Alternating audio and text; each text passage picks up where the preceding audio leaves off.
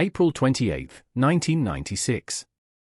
A quiet historic site in Tasmania, Australia, known for its convict-era ruins and peaceful scenery, became the scene of one of the deadliest mass shootings in modern history. In just over 24 hours, 35 people were murdered, 23 were wounded, and an entire country was shaken to its core.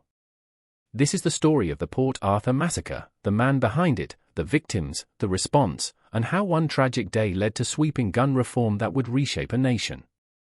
Welcome to Worldwide Crime Time, where we explore the most chilling criminal events from around the globe. Port Arthur, located on the Tasman Peninsula in southeastern Tasmania, is one of Australia's most significant heritage sites. Originally a penal settlement from 1830 to 1877, it housed some of Britain's most hardened criminals. After closing as a prison, the site slowly evolved into a museum and tourist destination. By the 1990s, Port Arthur had become a peaceful retreat filled with rich history, quiet gardens, and preserved colonial-era buildings. On average, the site attracted around 250,000 visitors each year. On Sunday, April 28, 1996, the site was filled with tourists. Families, school children, elderly travelers, and international guests were enjoying the warm weather and history tours. The morning was completely ordinary until early afternoon. Martin John Bryant was born on May 7, 1967, in Hobart, Tasmania. From a young age, he exhibited deeply troubling behavior. Teachers and psychologists noted signs of intellectual disability and sociopathy. He was disruptive in class, cruel to animals, and showed no understanding of consequence or remorse. At one point, a psychological assessment noted, he is not able to read social cues, he displays antisocial behavior, and lacks empathy entirely. He will require supervision for the rest of his life. Despite this, Bryant was never institutionalized. After being bullied and alienated during his school years, he eventually dropped out. He received a disability pension and lived with his parents in Hobart. In 1987, Bryant became close to Helen Harvey, a 54-year-old eccentric heiress and animal lover. Their friendship raised eyebrows. Harvey had mental health challenges and lived in filth with dozens of stray animals. Bryant moved in with her, and they became nearly inseparable.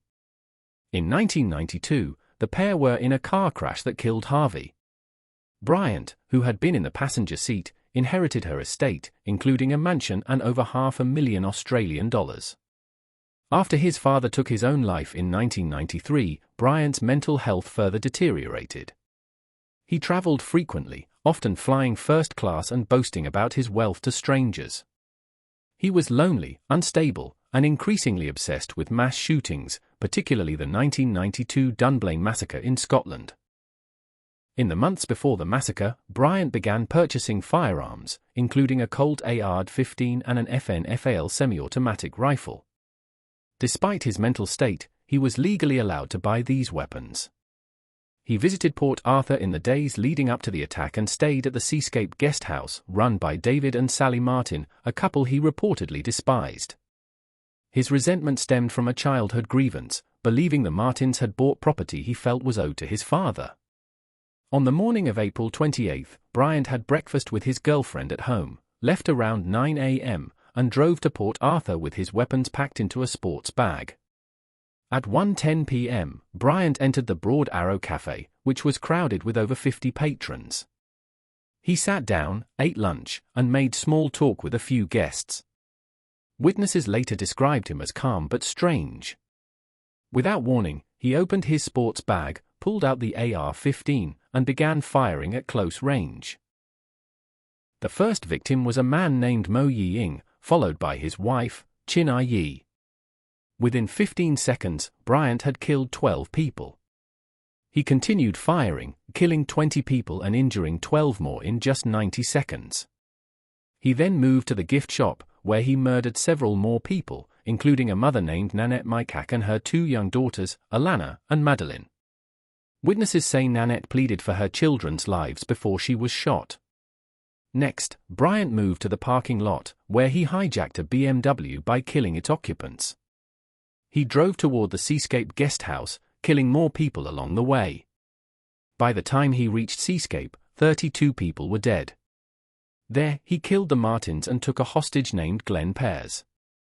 Police would later discover Pears was tortured before being killed during the siege.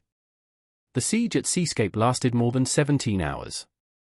Police surrounded the area but were cautious due to Bryant's weaponry and erratic behavior. He fired at officers, preventing them from getting close. Negotiators attempted to contact Bryant by phone, but conversations were brief and incoherent. The guest house caught fire in the early hours of April 29. Bryant exited with burns on his back and was immediately arrested. Inside, police discovered the bodies of the Martins and Glenn Pears. The final death toll stood at 35. 23 more were injured, some critically. The horror of Port Arthur sent shockwaves across Australia and the world. News outlets compared it to the worst mass shootings in global history. Bryant was held at Risdon Prison under heavy suicide watch. In November 1996, he pleaded guilty to all 72 charges, including 35 counts of murder, 20 attempted murders, and several counts of kidnapping and arson. He received 35 life sentences, plus 1,652 years, with no possibility of parole. He remains in isolation to this day, in a secure mental health facility. The emotional toll on survivors, families, and first responders has lasted decades. Many still struggle with PTSD, grief, and survivors' guilt. Just 12 days after the massacre, Prime Minister John Howard announced a national plan to overhaul Australia's gun laws. Despite pushback from gun owners and rural communities, the legislation passed. The National Firearms Agreement included a ban on all semi-automatic and automatic weapons, a gun buyback scheme that removed over 643,000 firearms, uniform licensing and registration laws, 28-day waiting periods and strict storage rules. It was one of the fastest and most effective gun reform efforts in history. Since the reforms, Australia has not experienced a mass shooting on the same scale. Firearm-related deaths have dropped dramatically. The Broad Arrow Cafe was never reopened. A reflective memorial now stands at the site, featuring a peaceful garden and stone wall with the names of the 35 victims. The Alana and Madeline Foundation, created in honor of the young girls murdered at Port Arthur, works to protect children from violence and bullying across Australia. Port Arthur's history will always be tied to its darkest day, but it is also remembered as a place where action was taken, where grief was met with resolve. The massacre remains a global symbol of how policy can follow tragedy, and how the memory of the victims can lead to real change.